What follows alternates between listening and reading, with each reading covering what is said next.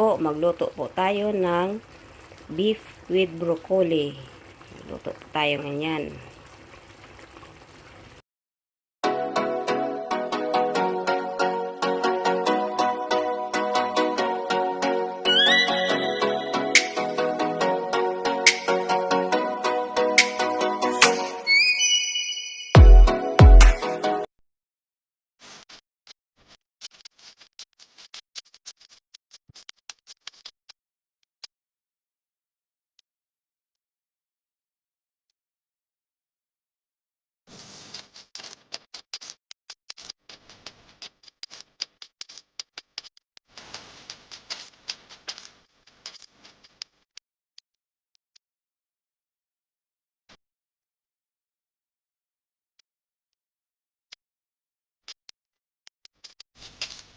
Welcome to my channel. Sa ngayon po, magluluto po ako ng beef with broccoli.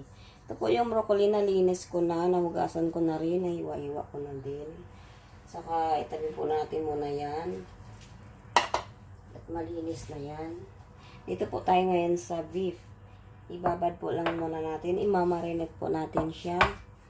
Marinate muna natin siya ng sa toyo. Yan po, babad natin siya na mga 15 minutes. 15 minutes po natin siya ibababad. Tapos, haluin lang po natin hanggang sa mag-absorb po ang toyo sa beef. Ayan, tapos, maglagay po tayo ng cornstarch. Para po, yung cornstarch po ay para po lumakot. Para po lumakot. Wala po tayong ano. Ayan po. Halo lang. Halo lang ng halo. Ayan, sa dumikit na po. Mag-absorb na yung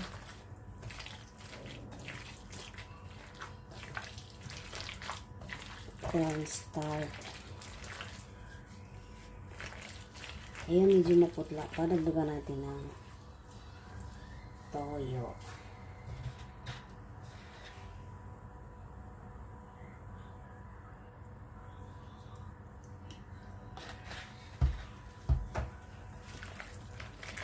Halo lang ng halo, guys. Hanggang sa mag-absorb yung nilagay natin toyo at saka cornstarch. So, maglagay na rin tayo ng kaunting black pepper. Black pepper po.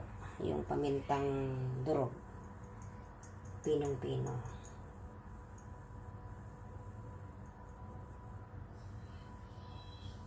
Ayan o. Haluin lang po natin. Haluin ng mabuti.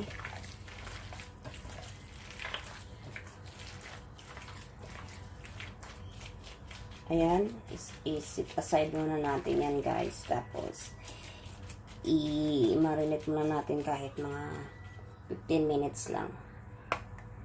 Okay, guys. Sa ngayon, magpapainit na ako ng kawali. Ayan na po. Tayo magsisimula na sa paggigisa ng ating beef broccoli. Huwag lang po tayo puro paganda, huwag lang po puro pasiksi. Dapat po marunong din tayo magluto. Tulad ko po, hindi po ako marunong magluto dati. Kaya kailangan ko po mag-aral magluto para magustuhan naman ng aking mga alaga. Ayan, mainit na po ang ating kawali. Guys, kapag stress ka, magluto ka.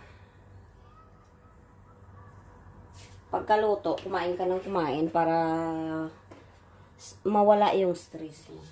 Stress ano ba? Yan, umpisa na po tayo. Mag-isa ng luya. Yan po tayo ng luya para mawala yung amoy ng beef. Ayan yung lansa.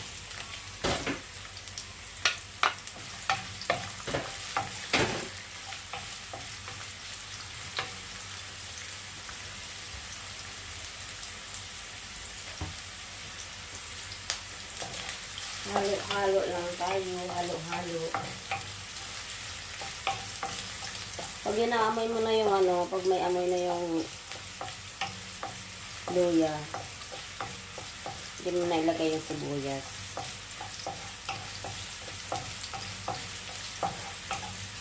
Ayan po, naamoy nyo na ba? Charot. Ayan, ang amoy na po ang luya. Ngayon po, ilalagay na natin ang onion. Sibuyas po, sibuyas. Ano lang, bisa-bisa.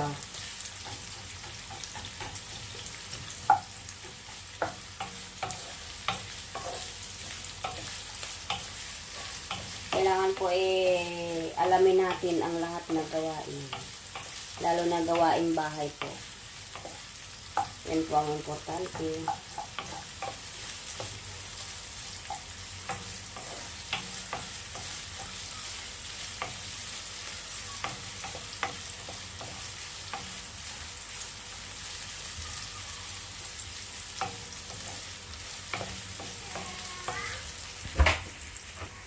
So, ayan na po. Medyo mapula-pula na ang sibuyas at saka luya. Pwede na natin ilagay ang beef na yung minarinate po natin ng 15 minutes.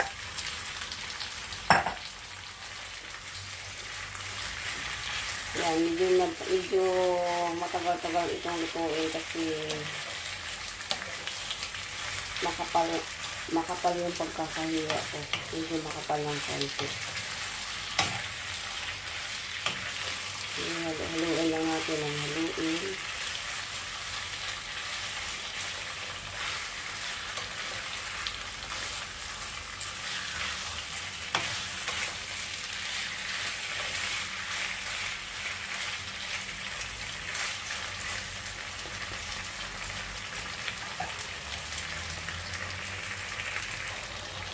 Ayan po, halo lang ng halo. Halo lang tayo.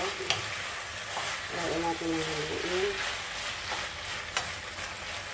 Saka takpan po muna natin. Palambutin natin ng konti. Ayan. Okay na, ayan. Haluin na natin ang haluin. Ayan po, mapapansin nyo na medyo lumalagkit-lagkit na. Medyo malapot-lapot na dahil po dyan sa corn flour na lagyan natin. Corn starch. Ayan, medyo matigas pa po. Medyo matagal itong lutuin. Yatakpan na ulit natin at hayaan kumulo ng kumulo. Okay guys, check na natin. Ayan, medyo malambot-lambot na. Haluin pa natin ang haluin. Pwede rin tayong maglagay ng tubig. Mainit na tubig po. Ayan, para lumambot pa. Siguro nga, ano na itong beef na ito? Magulang na ba? Matagal ilaga. Matagal lutuin. Matanda pa yata sa akin yung beef na to.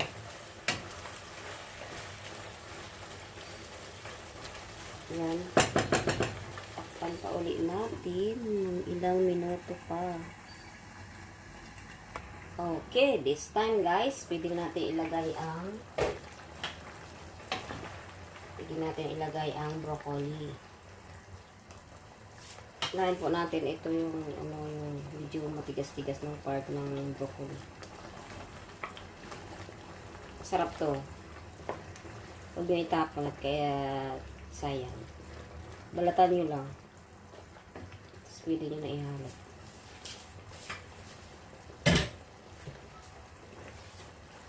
Takpan pa natin ng mga 1 minute saka ilagay na natin ang broccoli. Okay. So, ito ay pipimplahin na natin. Ilagay natin yung oyster sauce. Para lumasa pa ng lumasa.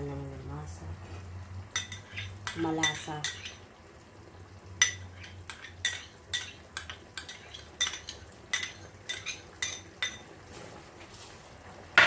Lagyan din natin ng liquid seasoning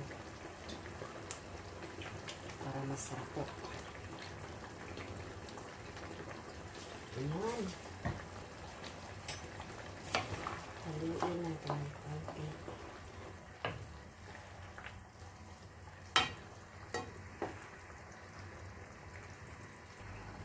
Okay guys, ilagay na natin ang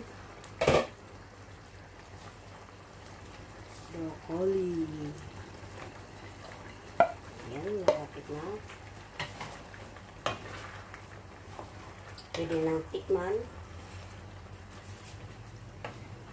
This time, pwede nang tikman para pag medyo matabang, madadagdagan pa.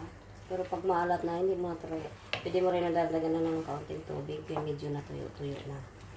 Kasi nailagay ko na ang broccoli.